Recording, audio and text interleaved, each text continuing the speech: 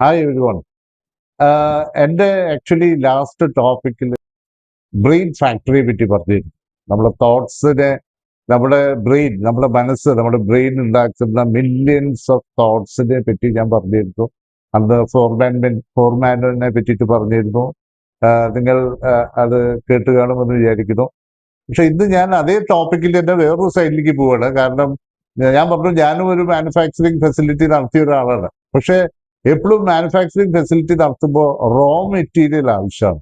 ഒരു ഫാക്ടറിയിൽ ഒരു finished we have to select the correct raw material.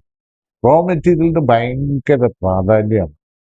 ഇവിടെയും നമ്മുടെ മൈൻഡ് എന്നുള്ള ഫാക്ടറിയിൽ, നമ്മുടെ മൈൻഡ് ഫാക്ടറി ഞാൻ പറഞ്ഞു കഴിഞ്ഞു, മില്യൺസ് ഓഫ് തോട്ട്സ് പ്രൊഡ്യൂസ് ചെയ്തുകൊണ്ടിരിക്കുന്നത്.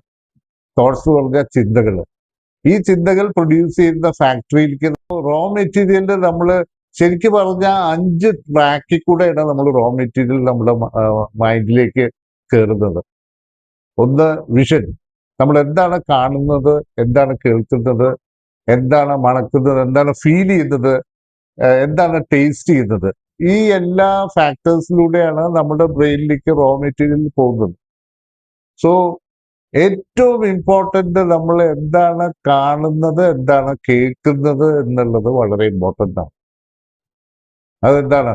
ഉദാഹരണം പറയുകയാണെങ്കിലോ, എന്താണ് നമ്മൾ രാവിലെ എണീറ്റ് കഴിഞ്ഞാൽ എന്താ ചെയ്യാറ്? ആക്ച്വലി മലയാളികളെ സംബന്ധിച്ച് പ്രത്യേകിച്ചൊന്നും പറയാനില്ല. ഒരു കട്ടൻ കാപ്പിയും ഒരു പത്രവും. കട്ടൻ കാപ്പി കുടിക്കാനും പത്രം കഴിക്കാനും കിട്ടിക്കഴിഞ്ഞാൽ സന്തോഷമായി.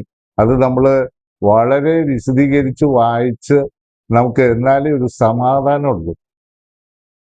പത്രം വായിക്കുന്നത് മോശമാണെന്ന് ഞാൻ പറയില്ല. പക്ഷെ പത്രം വായിക്കുമ്പോൾ സെലക്റ്റീവായിട്ട് വായിക്കേണ്ടത് വളരെ ആവശ്യമാണ്. കാരണം നെഗറ്റീവായിട്ടുള്ള ന്യൂസുകൾ ധാരാളം പത്രങ്ങളിലും വരുന്നുണ്ട്.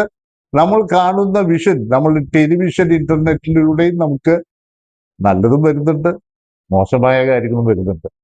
നമ്മൾ എന്താണ് ഫീഡ് ചെയ്യാറ്?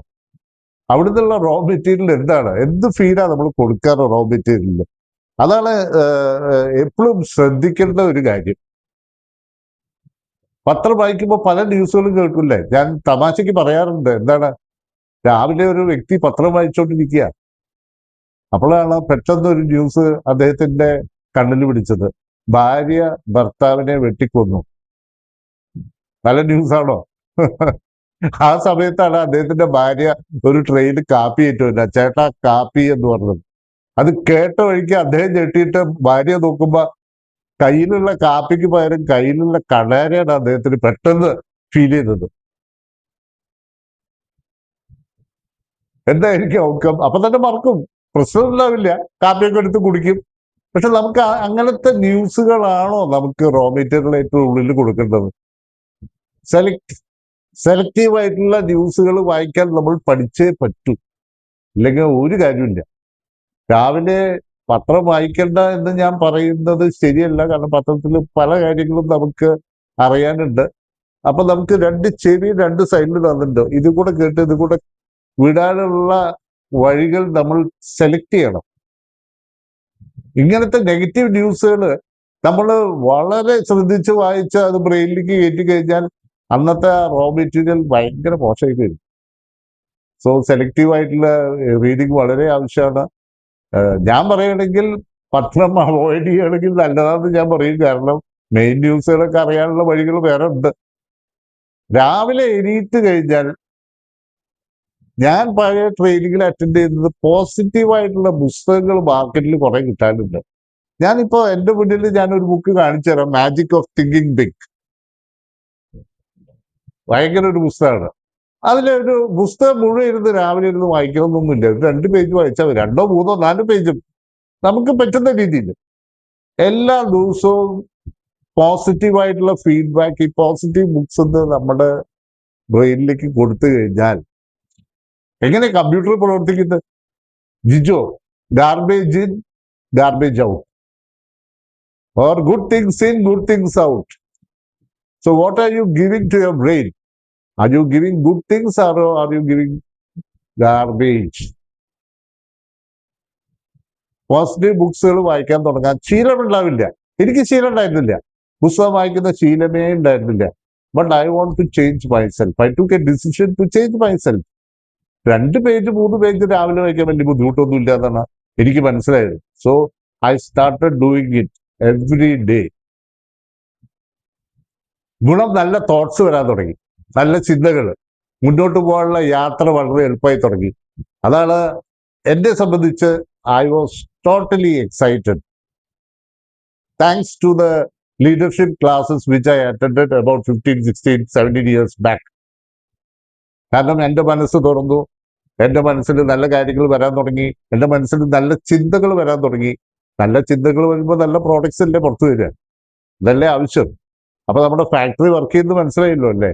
അപ്പൊ എന്തൊക്കെയാ വേണ്ടതെന്നുള്ളത്. whom do you associate with? നിങ്ങൾ ആരുമായിട്ടാണ് അസോസിയേറ്റ് ചെയ്യുന്നത്? കലങ്കിൽ 4 പേര് വൈകുന്നേരം ഇരുന്ന് അവരെ പറ്റിയും ഇവരെ പറ്റിയും കുറ്റം പറയുന്ന ആൾക്കാരുടെ കൂടിയാണോ നിങ്ങൾ ഇരിക്കാൻ പോകുന്നത്? നല്ല രസമല്ലേ, പല കാര്യങ്ങളും ചർച്ച ചെയ്യാനും ഒക്കെ നല്ല രസമാണ്. പക്ഷെ വാട്ട് ഇസ് ദ ഔട്ട്കം? നമുക്ക് എന്താ ഔട്ട്കമാണ് കിട്ടാൻ പോണത്? നമുക്ക് വേണ്ടത് നമ്മുടെ ജീവിതമല്ലേ മുന്നോട്ട് കൊണ്ടുപോകേണ്ടത്. So who are you going to associate with? Association is a very important factor. എപ്പോഴും ജയത്തിനെ പറ്റിയും നമ്മുടെ മുന്നിൽ വരുന്ന കുറെ നല്ല കാര്യങ്ങളെ പറ്റിയും സംസാരിക്കുന്ന ആളുകളുമായിട്ട് അസോസിയേറ്റ് ചെയ്യണമെങ്കിൽ 100% ഷുവർ നമ്മൾ അങ്ങനെ ആലോചിക്കാൻ തുടങ്ങും, നമ്മൾ അങ്ങനെ ചിന്തിക്കാൻ തുടങ്ങും, നമുക്ക് ഔട്ട്പുട്ട് നല്ലത് വരാൻ തുടങ്ങും. So that is very very important in life. Who do you associate with? Actually നമ്മളൊരു ക്വാളിറ്റി കൺട്രോൾ ഡിപ്പാർട്ട്മെന്റ് ബ്രെയിനിൽ വെക്കേണ്ടത് വളരെ ആവശ്യമാണ്. മനസ്സിലായല്ലോ? എന്താ വെച്ചാൽ നല്ലതും ചീത്തയും ആയിട്ടുള്ള കാര്യങ്ങൾ കേൾക്കുമ്പോൾ എല്ലാ ഫാക്ടറിയിലും ഡിപ്പാർട്ട്മെന്റിലും ക്വാളിറ്റി കൺട്രോൾ ഡിപ്പാർട്ട്മെന്റ് ഉണ്ട്. അതുപോലെ നമ്മുടെ ബ്രെയിനിലും ഒരു ക്വാളിറ്റി കൺട്രോൾ ഡിപ്പാർട്ട്മെന്റ് വെക്കുന്നത് വളരെ ആവശ്യമാണ്. ഞാനൊരു ചെറിയ കഥ പറയാം. ഒരു അപ്പച്ചൻ ഉണ്ടായിരുന്നു. അപ്പച്ചൻ ഭയങ്കര കുടിക്കാരനാ, വെള്ളം കുടിക്കലില്ല, അറിയാലോ അല്ലേ എന്താന്ന്. ഭയങ്കര കുടിയാ. അപ്പൊ 2 മക്കളുണ്ട്, 2 ആമക്കള്. അവർക്ക് ഭയങ്കര ബുദ്ധിമുട്ടായി ഈ അപ്പച്ചനെ കൊണ്ട്. അപ്പൊ ഒരു ദിവസം പെട്ടെന്ന് ഒരു അറിയിപ്പ് കിട്ടി. അവരുടെ പള്ളിയിൽ ഒരു ഡോക്ടർ വരുന്നുണ്ട്, ഒരു സെമിനാർ നടക്കുന്നുണ്ട്. അപ്പൊ അതിൽ വന്നു കഴിഞ്ഞാൽ കുടിയെ പറ്റി പറഞ്ഞ് അവരെ മാറ്റാനുള്ള എല്ലാ നല്ല കാര്യങ്ങളും ആ ഡോക്ടർ പറഞ്ഞു തരുന്നുണ്ട് എന്ന് മനസ്സിലാക്കിയപ്പോ ഈ മക്കള് തീരുമാനിച്ചു ഈ അപ്പച്ചനെ കൊണ്ട് അവിടെ പോയി ഇരുത്താം. അപ്പച്ചന്റെ യാതൊരു ഒരു കാരണവശാലും സമ്മതിക്കില്ല. പക്ഷെ പിള്ളേര് പിടിച്ചു വലിച്ചു കൊണ്ടുപോയി. എന്തായാലും മുന്നിൽ കൊണ്ട് ഇരുത്തി ഡോക്ടർ തുടങ്ങി, സെമിനാർ തുടങ്ങി. കുടിയുടെ നല്ല വശങ്ങളും നല്ല വശങ്ങളില്ലേ കുടിക്കുക, ചീത്ത വശങ്ങളെ പറ്റി പറയാൻ തുടങ്ങി. പറഞ്ഞ് എല്ലാം കഴിഞ്ഞിട്ടാണ് ഒരു ഡെമോൺസ്ട്രേഷൻ നടത്തി ഡോക്ടർ. 2 ഗ്ലാസ് വെച്ചിട്ട് ഒരു ഗ്ലാസ്സിൽ പ്യുവർ വാട്ടർ ഇട്ടു, ഒരു ഗ്ലാസ്സിൽ നമ്മുടെ കേരളത്തിൽ ചാരായം എന്ന് പറയും, അത് വെള്ളം പോലെ തോന്നും. ഒരു ഗ്ലാസ്സിൽ നല്ല ഉഗ്രൻ ചാരായം ഒഴിച്ചു. ഈ വേംസ് ഉണ്ടല്ലോ, വേംസിനെ ഇട്ടു 2 ഗ്ലാസ്സിലും. വേംസിന്റെ മലയാളം അറിയായിരിക്കും അല്ലേ? എന്താ വേംസിന് എന്താ മലയാളം പറയാ? വിരകളോ അങ്ങനെ എന്തൊക്കെ അല്ലേ? ആ വിരകൾ 2ലും ഇട്ടു. വിരകൾ നീന്തി കളിക്കുകയാണ്, വെള്ളത്തിലുള്ള വിരകൾ നീന്തി കളിക്കുകയാണ് വേംസ്. ചാരായത്തിലിട്ട വേമ്പ് അടുത്ത സെക്കൻഡ് അത് ചത്തു, അത് വന്ന് അടിയിൽ പോയി കിടന്നു. ഡോക്ടർ എല്ലാവരും നോക്കി, എല്ലാവരും ആകാംക്ഷയോട് നോക്കിയായിരുന്നു. ഡോക്ടർ ചോദിച്ചു, എന്ത് മനസ്സിലായി? ചോദിച്ചതും ഈ കുടിയനായ അപ്പച്ചൻ ചാടി എരിയിട്ടു. മക്കൾക്ക് 2 പേർക്കും സന്തോഷമായി. ഓ, അപ്പച്ചന് മനസ്സിലായില്ലോ, എന്തായാലും നല്ലൊരു കാര്യം. പക്ഷെ അപ്പച്ചൻ പറഞ്ഞ ഉത്തരം എന്താ അറിയോ? കുടിക്കുകയാണെങ്കിൽ ഇതേപോലുള്ള സ്വയംഭം ചാരായം കുടിക്കണം എന്നാണ് അദ്ദേഹം പറഞ്ഞത് മറുപടി. കാരണം അങ്ങനെ കുടിച്ചാൽ ഇരകളോ വേംസ് എല്ലാം നമ്മുടെ വയറ്റിൽ പോയി ചാവും. അതാണ് അദ്ദേഹത്തിന് മനസ്സിലായത്. അതാണോ ശരിക്കുള്ള ലെസൺ ഉദ്ദേശിച്ചത്? അതാണോ? അദ്ദേഹം എന്താ അങ്ങനെ ചിന്തിച്ചത്? അദ്ദേഹത്തിന്റെ റോ മെറ്റീരിയൽ ആകെ പോക്ക. അദ്ദേഹം ചിന്തിച്ചുകൊണ്ടിരിക്കുന്നതൊക്കെ ഇത് തന്നെയാണ്. അതുകൊണ്ട് അദ്ദേഹത്തിന്റെ ഔട്ട്പുട്ട് അതേ വരുള്ളൂ. ചെറിയൊരു ലെസൺ അത്രേ ഉള്ളൂ. നമ്മൾ എങ്ങനെ ചിന്തിക്കുന്നതനുസരിച്ചിരിക്കും കാര്യങ്ങൾ. എന്തായാലും ഇന്നത്തെ ദിവസം നല്ലൊരു ദിവസമായിട്ട് മാറട്ടെ.